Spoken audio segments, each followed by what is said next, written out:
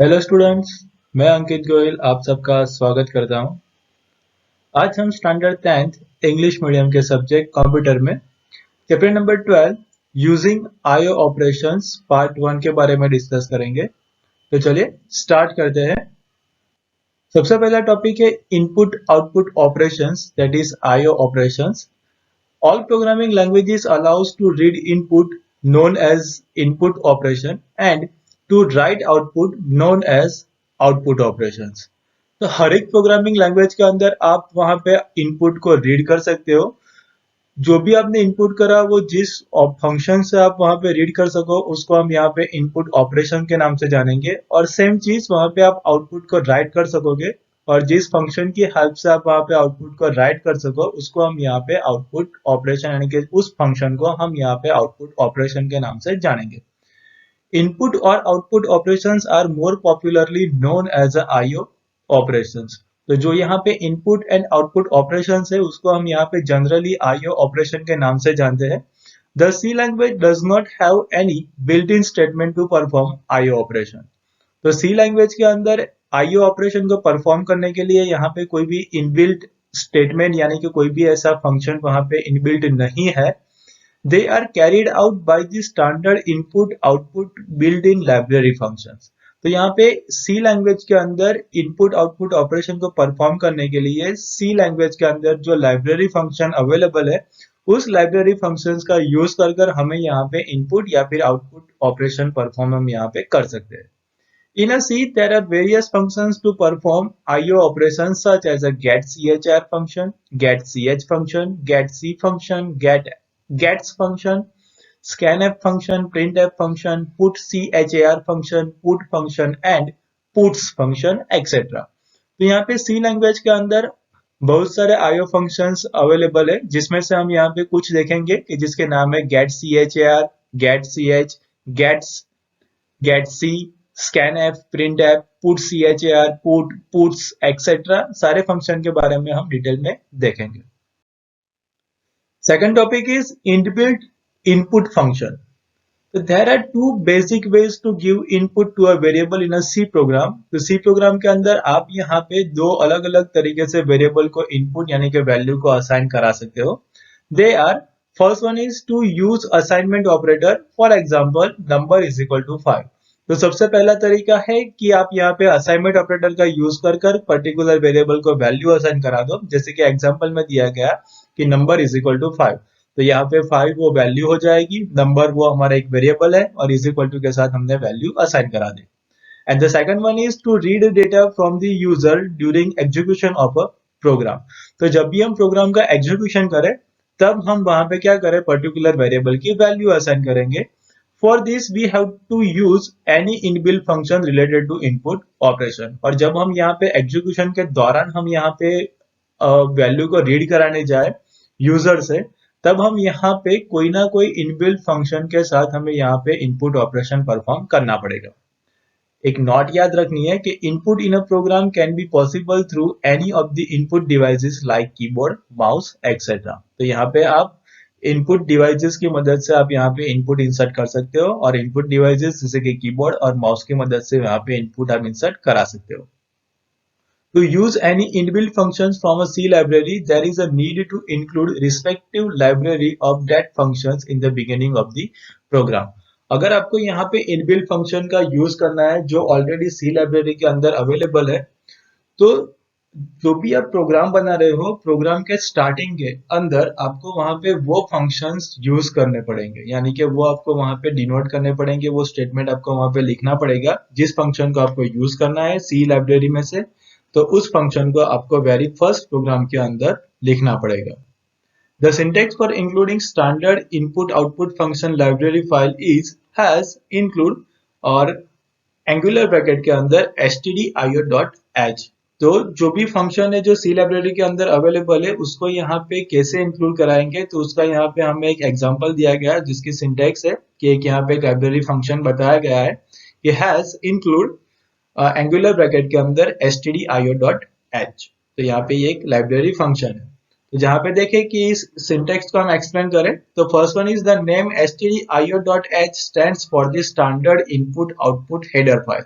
तो यहाँ पे stdio.h का यहाँ पे एक फुल फॉर्म दिया गया कि उसका फुल फॉर्म है standard input output dot header, h means header file, तो वो एक यहाँ पे हमारी हेडर फाइल रहेगी। The statement has include informs the compiler to find stdio.h file and place its contents in the beginning of the program।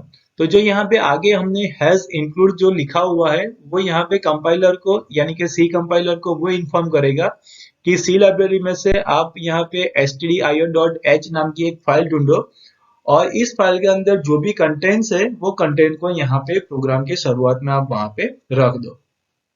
Various input functions are as follow. तो अलग अलग इनपुट फंक्शंस के बारे में हम देखें तो सबसे पहले है गेट char फंक्शन।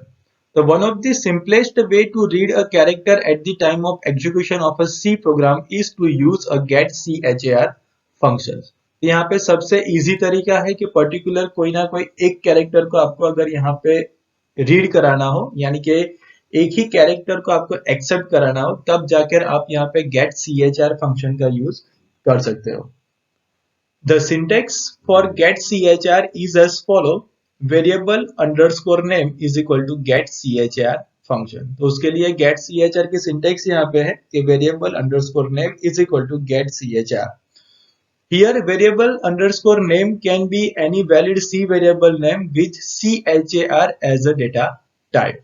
तो यहाँ पे जो वेरिएबल अंडरस्कोर नेम लिखा हुआ है वो आप यहाँ पे कोई भी वैलिड सी वेरिएबल का नाम यहाँ पे आप ले सकते हो। हमने आगे के चैप्टर में देखा था कि वेरिएबल के नेम के रूल्स देखे थे, तो उसी रूल्स के मुताबिक आप यहाँ पे कोई भी वेरिएबल का नाम यहाँ पे ले सकते हो और उसकी डेटा टाइप रहेगी यहाँ पे char, क्योंकि हमें यहाँ पे एक कैरेक्टर लेना है। तो कैरेक्टर के लिए डेटा टाइप है हमारी char, तो यहाँ पे डेटा टाइप कंपलसरी char रहेगी।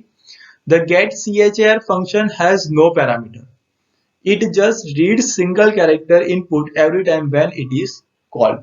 तो हमारे पास जो यहाँ पे get char फंक्शन है उसको यहाँ पे कोई भी पैरामीटर नहीं दिए, जब भी हम उसको एग्जीक्यूशन में लेंगे तब ये फंक्शन सिर्फ एक ही कैरेक्टर को क्या करेगा, रीड करेगा। ओके, फिर second one is get ch function. तो the get ch function works exactly same as a get char function, but the difference is that the character keyed in will not be echoed on the screen।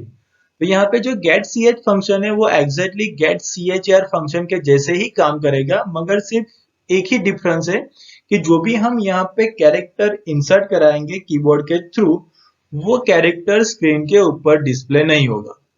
Gate char के अंदर वो display हो जाएगा, मगर gate ch के अंदर जो भी हम कीबोर्ड के थ्रू यहाँ पे कैरेक्टर इंसर्ट कराएंगे वो कैरेक्टर स्क्रीन के ऊपर डिस्प्ले नहीं करेगा।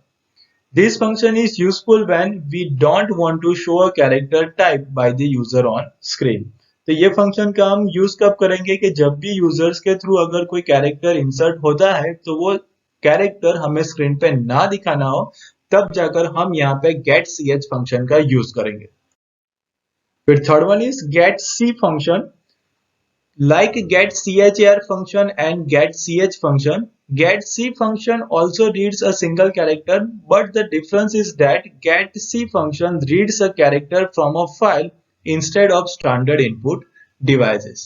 तो जैसे हमने आगे यहाँ पे अभी हमने get char फंक्शन और get ch फंक्शन के बारे में देखा, तो get c फंक्शंस भी वहां पे सिंगल कैरेक्टर ही वो रीड करेगा, मगर डिफरेंस वही है कि गेट ch फंक्शन पर्टिकुलर कोई एक फाइल में से कैरेक्टर रीड करेगा, वो स्टैंडर्ड इनपुट डिवाइस में से कैरेक्टर नहीं लेगा। तो हमारे पास जो ऑलरेडी फाइल एग्जिस्ट होगी उस फाइल में से पर्टिकुलर कोई एक कैरेक्टर वो रीड करेगा।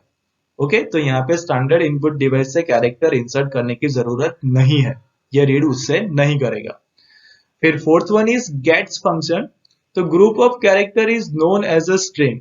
तो यहाँ पे जो भी कैरेक्टर की सीक्वेंस है यहाँ पे जो दिखे उसको हम यहाँ पे स्ट्रिंग के नाम से जानेंगे, यानी कि जो हमारा स्टेटमेंट होगा उसको हम यहाँ पे स्ट्रिंग के नाम से जानेंगे।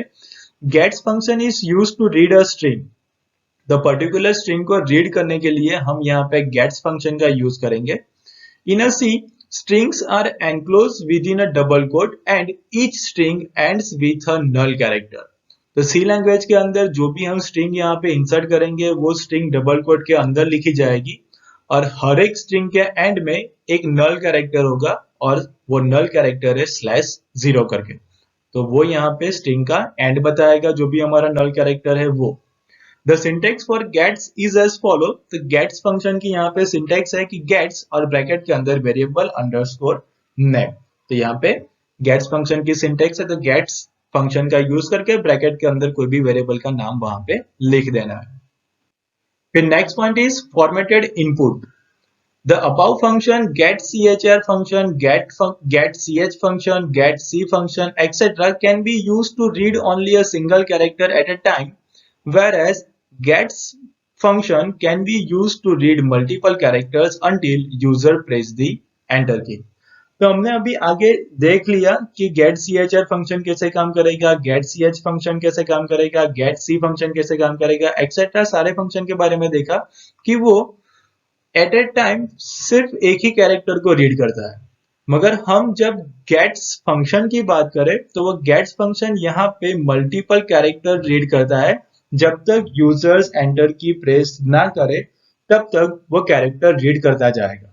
ओके, यानी कि वो एक्सेप्ट कैरेक्टर सारे करता जाएगा। All these functions can be used for characters, और ये सारे जो हमने फंक्शंस देखे वो सारे फंक्शंस यहाँ पे पर्टिकुलर कैरेक्टर्स रीड करने के लिए हम यहाँ पे यूज करते हैं। If we want to enter the numeric data for calculation, it will be considered as a character by these functions as they accept characters only and no mathematical calculations or operations can be performed. तो अगर हम यहाँ पे particular कोई ना कोई numerical data calculation के लिए यहाँ पे हम एंटर करेंगे, तो ये जो भी हम डेटा यानी कि जो भी हम नंबर्स यहाँ पे इंसर्ट करा रहे हैं वो नंबर्स यहाँ पे एज अ कैरेक्टर इंसर्ट हो जाएंगे, क्योंकि ये सिर्फ कैरेक्टर्स को ही एक्सेप्ट करते हैं इसके लिए, क्योंकि डेटा टाइप भी हमारे लिए यहाँ पे char रहेगी कैरेक्टर के लिए। तो भले ही ना हम यहाँ पे न्यूमेरिक डेटा इंसर्ट कराए फिर भी वो वहां पे कंसीडर करेगा एज अ कैरेक्टर। तो कैरेक्टर होगा तो वहां पे कोई भी मैथमेटिकल कैलकुलेशन या फिर मैथमेटिकल ऑपरेशंस वहां पे परफॉर्म नहीं होगा। This problem can be solve by using the facility of formatted input. तो ये प्रॉब्लम को सॉल्व हमने यहाँ पे फॉर्मेटेड इनपुट की फैसिलिटी के थ्रू हमने यहाँ पे किया हुआ है। scanf is a function to read data that is numeric or character in a formatted manner। तो फॉर्मेटेड मैनर के अंदर हमें पर्टिकुलर कोई ना कोई डेटा को रीड कराना हो तो वो डेटा को रीड कराने के लिए हम यहाँ पे scanf फंक्शन का यूज करेंगे। तो हम scanf फंक्शन से numeric as well as character data को हम यहाँ पे फॉर्मेटेड मैनर के अंदर रीड करा सकते हैं। The scanf function stands for a scan formatted। तो scanf function का यहाँ पे फुल फॉर्म दिया कि उसका फुल फॉर्म है scan formatted। It allows us to input data into a particular format like integer, character, float, etc। तो यहाँ पे scanf फंक्शन का यूज करके हम पर्टिकुलर डेटा के ऊपर फॉर्मेट कर सकते हैं, और पर्टिकुलर डेटा टाइप कौन कौन सी डेटा टाइप होगी, तो वो होगी यहाँ पे इंटीजर, कैरेक्टर, फ्लोट, कोई भी डेटा टाइप के ऊपर पर्टिकुलर डेटा जो भी होगा उसके ऊपर हम यहाँ पे फॉर्मेट कर सकते हैं। The syntax for scanf is as follow. तो scanf फंक्शन की यहाँ पे सिंटेक्स है कि scanf ब्रैकेट के अंदर डबल कोट में लिखा हुआ है control string, comma and percentage variable 1, comma and percentage variable 2, comma and percentage variable up to and.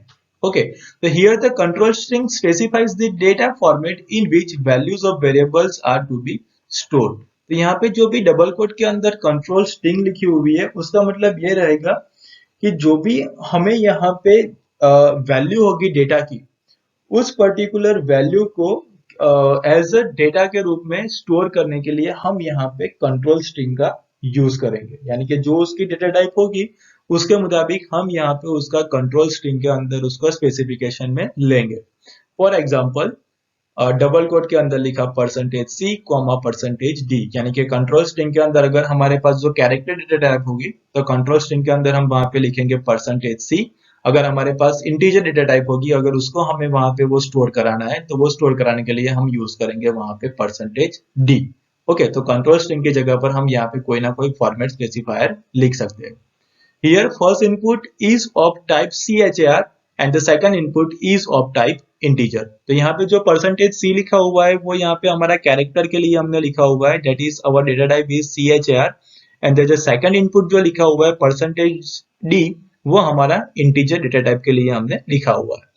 The variable 1, variable 2, up to variable n are the names of the variable. और जो n percentage के बाद जो variable 1, variable 2 up two variable n जो लिखा हुआ है वो हमारे अलग अलग वेरिएबल्स के नेम है. They are preceded by ampersand sign and are separated by the comma. तो हर एक वेरिएबल के आगे हम यहाँ पे एम्परसैंड साइन का हम यूज करेंगे और हर एक वेरिएबल को सेपरेट करने के लिए हम यहाँ पे कॉमा ऑपरेटर का यूज करेंगे. कुछ नोट्स है जो याद रखनी है कि the ampersand sign is known as the address of a operator in a C language and it specified the memory location where the input given by the user is stored. तो यहाँ पे जो एम्परसैंड की sign का जो हम यहाँ पे वेरिएबल के नाम के आगे जो यूज कर रहे हैं उसका मतलब वो क्या है कि वो वहां पे पर्टिकुलर वेरिएबल का वो एड्रेस बताएगा कि ये एड्रेस के ऊपर ये वैल्यू यहाँ पे है, यानी कि उसका मेमोरी लोकेशन बताएगा. जो यूजर्स वहां पे इनपुट डालेगा यानी कि जो वेरिएबल का नाम वहां पे लिखेगा पर्टिकुलर वेरिएबल का मेमोरी एड्रेस लोकेशन वो यहाँ पे एम्परसाइन बताएगा. तो let us understand with an example. तो उसको हम यहाँ पे एग्जांपल के थ्रू समझे. तो यहाँ पे एग्जांपल दिया कि प्रिंट एफ डबल कोट के अंदर हमने लिखा एंटर रोल नंबर. तो स्कैन एफ से हम यहाँ पे स्कैन कर रहे हैं यानी कि हम वैल्यू को रीड कराएंगे. तो डबल कोट के अंदर लिखा परसेंटेज डी क्योंकि रोल नंबर हमारा इंटीजर डेटा टाइप होगा इसलिए हमने यहाँ पे लिखा परसेंटेज डी, कॉमा का यूज किया और हमने वहां पे वेरिएबल का नाम लिखा कि एम्परसैंड का यूज करके रोल नंबर हमने वहां पे लिखा. That is roll number is our variable. तो चलिए उसको एक्सप्लेन करें. तो here the first statement prints the message enter roll number क्योंकि प्रिंटफ के अंदर ब्रैकेट के अंदर डबल कोट में लिखा हुआ है. तो प्रिंटफ के डबल कोट में हमने जैसा लिखा होगा वैसा मैसेज वो वहां पे प्रिंट करेगा. फिर second one is that the percentage D is a control string of a scanf statement. तो हमने स्कैनएफ की सिंटेक्स के अंदर देखा था कि सबसे पहला डबल कोट के अंदर कंट्रोल स्ट्रिंग थी. तो वो control string that is percentage D.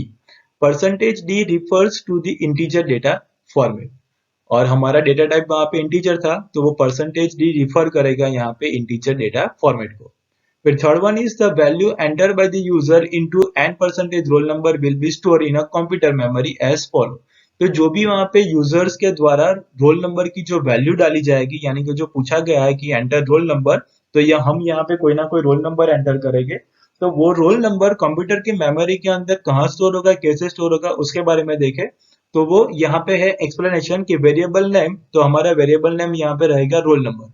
Value that is जो हमने वैल्यू यूजर्स ने डाली होगी वो यहाँ पे 33 एंड मेमोरी एड्रेस वहां पे दिखाया गया है 2345 यानी कि कंप्यूटर के अंदर मेमोरी एड्रेस उसका होगा 2345. Here name of variable is role number and value enter by the users into it is 33. तो यहाँ पे जो रोल नंबर है वो हमारे एक वेरिएबल का नाम है और पर्टिकुलर वेरिएबल के अंदर जो यूजर्स ने वैल्यू डाली होगी वो वैल्यू है यहाँ पे 33. Actual value of variable is store at memory address 2345 और ये जो 33 की वैल्यू है वो वैल्यू वहां पे कौन से मेमोरी एड्रेस के अंदर स्टोर होगी. तो मान लो वो मेमोरी एड्रेस है 2345. This number is just an example. It may be any valid memory address of a computer. तो यहाँ पे जो 2345 दिया वो जस्ट एक एग्जांपल के लिए दिया गया है. यहाँ पे कोई भी नंबर हो सकता है, कोई भी मेमोरी एड्रेस कंप्यूटर की यहाँ पे वैलिड मेमोरी एड्रेस यहाँ पे एज अ नंबर के रूप में हो सकता है. In a C, each variable is identified by its name as well as its memory address. तो C लैंग्वेज के अंदर हर एक वेरिएबल उसके नाम से जाना जाएगा एज वेल एज पर्टिकुलर उसके मेमोरी एड्रेस के साथ. Whenever a variable name is referred in a C program, the C compiler uses the memory address for processing. तो जब भी हम एग्जीक्यूशन के दौरान पर्टिकुलर सी प्रोग्राम के एग्जीक्यूशन के दौरान कोई ना कोई वेरिएबल्स को हम जब भी हम रिफर कराएंगे कॉल कराएंगे तब कंपाइलर क्या करेगा कि उस वेरिएबल्स की मेमोरी एड्रेस को वो प्रोसेस करेगा और मेमोरी एड्रेस के अंदर जो वैल्यू होगी वो वैल्यू को लेकर जो भी ऑपरेशन परफॉर्म कराना होगा वो ऑपरेशन वहां पे वो परफॉर्म करेगा. नेक्स्ट पॉइंट है various rules for control string and it's use with a different data type. The control string specifies the order in which variable values appear in the input. तो यहाँ पे control string का मतलब क्या, तो कि जिस सीक्वेंस के अंदर या फिर जिस ऑर्डर के अंदर आपने यहाँ पे कंट्रोल स्ट्रिंग लिखी हुई होगी वही ऑर्डर को हमें यहाँ पे क्या करना पड़ेगा, फॉलो करना पड़ेगा, यानी कि उसी हिसाब से हमें वहां पे फॉर्मेट बनाना पड़ेगा। फिर second one is each variable of control string must be preceded by percentage sign and a character specifying the data. Also each variable should be separated by a blank space.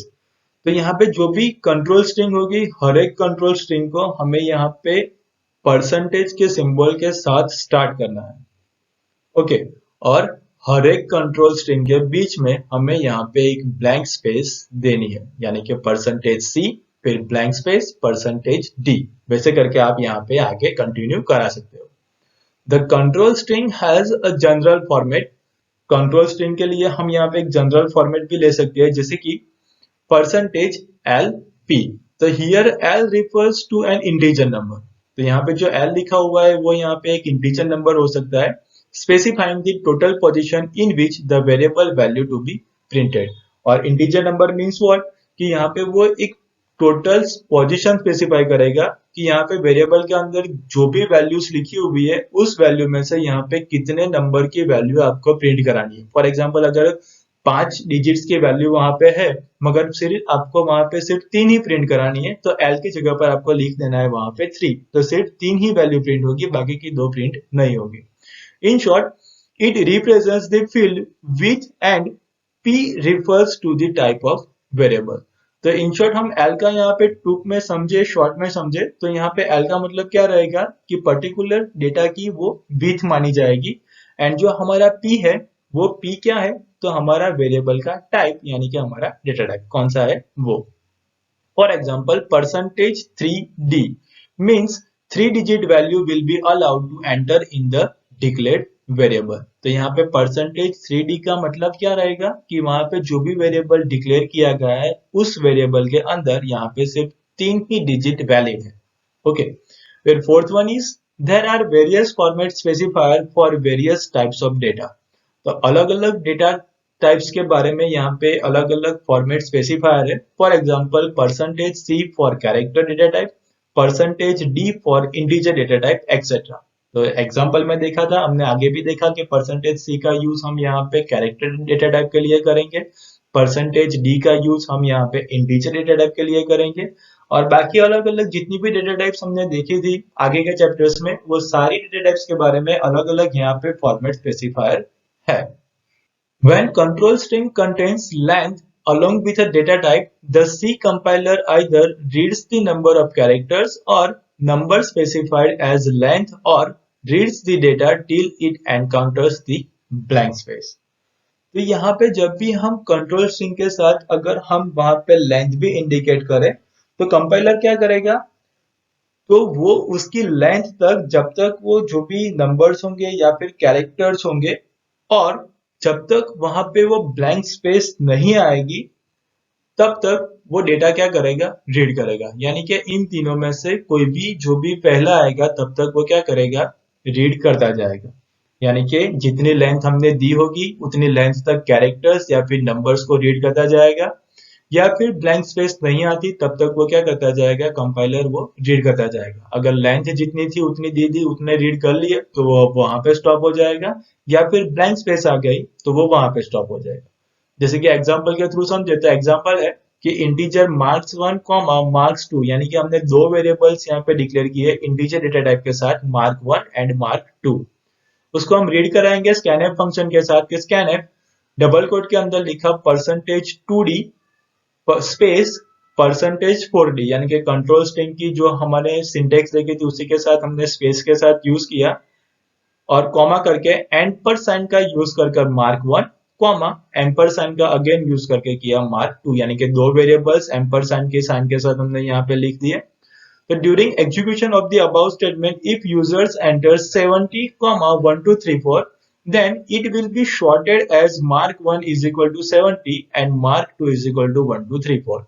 तो जो भी ऊपर हमने statement लिखा वो statement का अगर हम वहां पे एग्जीक्यूशन करेंगे तो वो एग्जीक्यूशन के दौरान अगर यूजर्स ने वहां पे 70 एंड 1 2 3 4 की वैल्यू वहां पे उसने डाली होगी तो जो 70 है वो 70 वहां पे मार्क 1 की वैल्यू हो जाएगी, क्योंकि वो सिर्फ 2 ही डिजिट के डेटा को वो स्टोर करेगा, दैट्स व्हाई। एंड मार्क 2 के लिए वहां पे 1 2 3 4 जो वैल्यू डाली थी वो वहां पे स्टोर करेगा, क्योंकि उसकी लेंथ हमने वहां पे बताई है परसेंटेज 40 उसके लिए. But if the users enter 1 2 3 4 and 70, then mark 1 will be assigned a value 12 because the length of the field is percentage 2d, and mark 2 will be assigned 34, that is unread or remaining part of 1 2 3 4, and the value 70 will remain unused for the scanf statement. तो मगर उसकी जगह पर मान लो कि अगर users ने reverse value डाली, यानी कि पहले 1 2 3 4 डाला और बाद में 70 डाली, तो मार्क्स 1 वो वैल्यू कितनी गेट करेगा कि 12. वो 12 क्यों गेट करेगा? क्योंकि उसकी लेंथ सिर्फ वहां पे 2 डिजिट की ही है, क्योंकि हमने वहां पे फॉर्मेट स्पेसिफायर में लिखा है परसेंटेज 2d. तो हम जितने भी नंबर के सीक्वेंस डालेंगे उसमें से सिर्फ पहले 2 डिजिट्स वो ऑक्यूपाई कर लेगा, यानी कि 1 2 वो ऑक्यूपाई करेगा. डेट्स वाई उसकी वैल्यू हो जाएगी मार्क्स 1 की वहां पे 12. एंड जो 1 2 3 4 का रिमेनिंग पोर्शन बचा, वो रिमेनिंग पोर्शन वैल्यू बन जाएगी दूसरे वेरिएबल की, डेट इज मार्क 2. ओके, और जो 70 बचा वो 70 अनयूज रहेगा, वो स्कैनफ स्टेटमेंट के अंदर यूज नहीं होगा. और 3 4 के बाद स्पेस है, दैट्स वाई कंपाइलर आगे रीड करने नहीं जाएगा, क्योंकि हमने अभी 5th पॉइंट के अंदर देखा कि जब तक वो कैरेक्टर्स या फिर नंबर्स की लेंथ होगी तब तक वो रीड करेगा, या फिर ब्लैंक स्पेस नहीं आती तब तक कंपाइलर रीड करता जाएगा. तो यहाँ पे यूजर्स ने 1 2 3 4 डाल के स्पेस करके 70 दिया है. डेट्स वाई भले ही हमने वहां पे स्पेस में मार्क 2 के अंदर लिखा हुआ है कि परसेंटेज 4d, मगर स्पेस आ गई, डेट्स वाई वो सिर्फ ऑक्यूपाई करेगा वैल्यू 3 4. स्पेस आ गई, डेट्स वाई कंपाइलर आगे रीड करने नहीं जाएगा. तो मार्क 2 की वैल्यू बन जाएगी 34. ओके, जो भी रिमेनिंग पार्ट बचा 1 2 3 4 का, वो रिमेनिंग पार्ट मार्क 2 की वैल्यू हो जाएगी. 6 1 is when the control string do not contain length along with the data type, the compiler reads the data till it encounter blank space. तो यहाँ पे 6 में क्या कहता है कि अगर हम वहां पे लेंथ नहीं बता दे, तो जब तक स्पेस नहीं आती तब तक वो क्या करेगा, रीड करता जाएगा. फॉर एग्जाम्पल देखें कि integer roll underscore number CHAR CD underscore code, फिर दूसरा वेरिएबल इंटीजर परसेंटेज लिया. तो स्कैनफ के साथ हम यहाँ पे रीड कराएंगे कि परसेंटेज C, परसेंटेज D और परसेंटेज D, तीन अलग अलग हमने यहाँ पे फॉर्मेट स्पेसिफायर दिया, और respectively and percentage CD underscore code, क्योंकि हमने पहला फॉर्मेट स्पेसिफायर लिया है परसेंटेज C, और फिर बाद में रिस्पेक्टिवली एंड परसेंटेज की साइन यूज करके roll underscore number and percentage करके हमने यहाँ पे यूज किया, क्योंकि दोनों इंटीजर थे इसके लिए. So during execution of the above segment, if users enter a space 10 space 55, then CT underscore code will be assigned a value 1, क्योंकि वो कैरेक्टर डेटा टाइप है, वहां पे एक ही वैल्यू को इंसर्ट करानी थी, वो हो गई.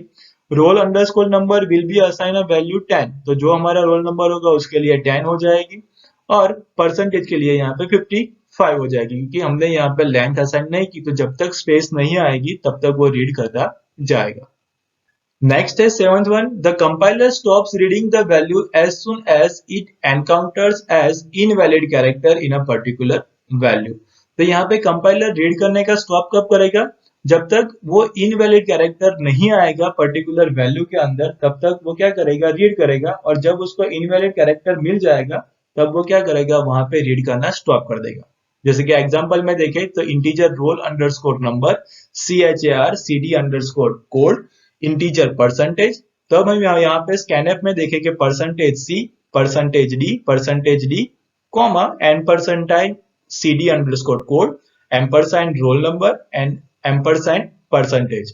तो सेम एग्जांपल दिया, मगर अब हम यहाँ पे वैल्यू इनवैलिड डाल रहे हैं. जैसे कि हम देखें कि during the execution of the above segment, if users enter A 55.55 and space करके 10, यानी कि हमने यहाँ पे इंटीजर डेटा टाइप लिया था, मगर हम यहाँ पे डाल रहे हैं फ्लोट वाली वैल्यू, यानी कि रियल वैल्यू, रियल नंबर हमने डाले हैं.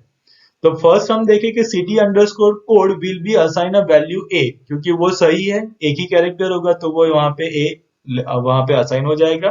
Role underscore number will be assign a value 55, तो जो रोल अंडरस्कोर नंबर होगा वो वहां पे 55 की वैल्यू असाइन कर देगा. मगर जो डॉट है वो डॉट इज इनवैलिड, वो एक वैलिड कैरेक्टर नहीं है. सो it will not be considered and percentage will be assign a value 55. तो जो डॉट हमारा रहेगा वो एक वैलिड कैरेक्टर नहीं है, सो परसेंटेज के लिए जो रिमेनिंग पोर्शन बचेगा 55 वो वहां पे क्या करेगा, वैल्यू को असाइन कर लेगा। तो यहाँ पे डॉट को हम यहाँ पे स्किप कर लेंगे। फिर 8th one is real value can store as follow. तो रियल वैल्यू के हम कैसे स्टोर करेंगे उसके लिए एग्जांपल है कि example float interest double amount long double amount underscore 1। Scanf function में लिखा डबल कोट के अंदर परसेंटेज एल एफ डबल के लिए and percentage capital L long के लिए एंड एम्परसाइन इंटरेस्ट एम्परसाइन अमाउंट ने एम्परसाइन amount underscore 1. The here format specifier percentage LF is used to read double floating point value and format specifier percentage capital L is used to read long double floating point value. तो यहाँ पे format specifier का मतलब बताया कि LF जो percentage LF है उसको हम यहाँ पे डबल डेटा टाइप के लिए यूज करेंगे और जो कैपिटल L लिखा हुआ है उसको हम यहाँ पे लॉन्ग डबल डेटा टाइप के लिए यूज करेंगे। फिर next 9th one is there is a difference in a character input and string input. तो यहाँ पे थोड़ा डिफरेंस है कि हम जो भी पर्टिकुलर कैरेक्टर इंसर्ट कराए और स्ट्रिंग इंसर्ट कराए दोनों के बीच में डिफरेंस है। Format specifier percentage C is used to read character value and variable name must be preceded with ampersand sign. तो यहाँ पे फॉर्मेट स्पेसिफायर जो परसेंटेज सी है उसका हम यहाँ पे पर्टिकुलर कैरेक्टर को रीड करने के लिए करते हैं और जो भी वेरिएबल होगा उस वेरिएबल के आगे हम एम्परसाइन का यूज करते हैं। Format specifier percentage S is used to read a string. तो परसेंटेज सी का मतलब था कि वो एक ही कैरेक्टर रीड करेगा, मगर परसेंटेज एस का मतलब क्या है कि वो पूरी स्ट्रिंग को रीड करेगा।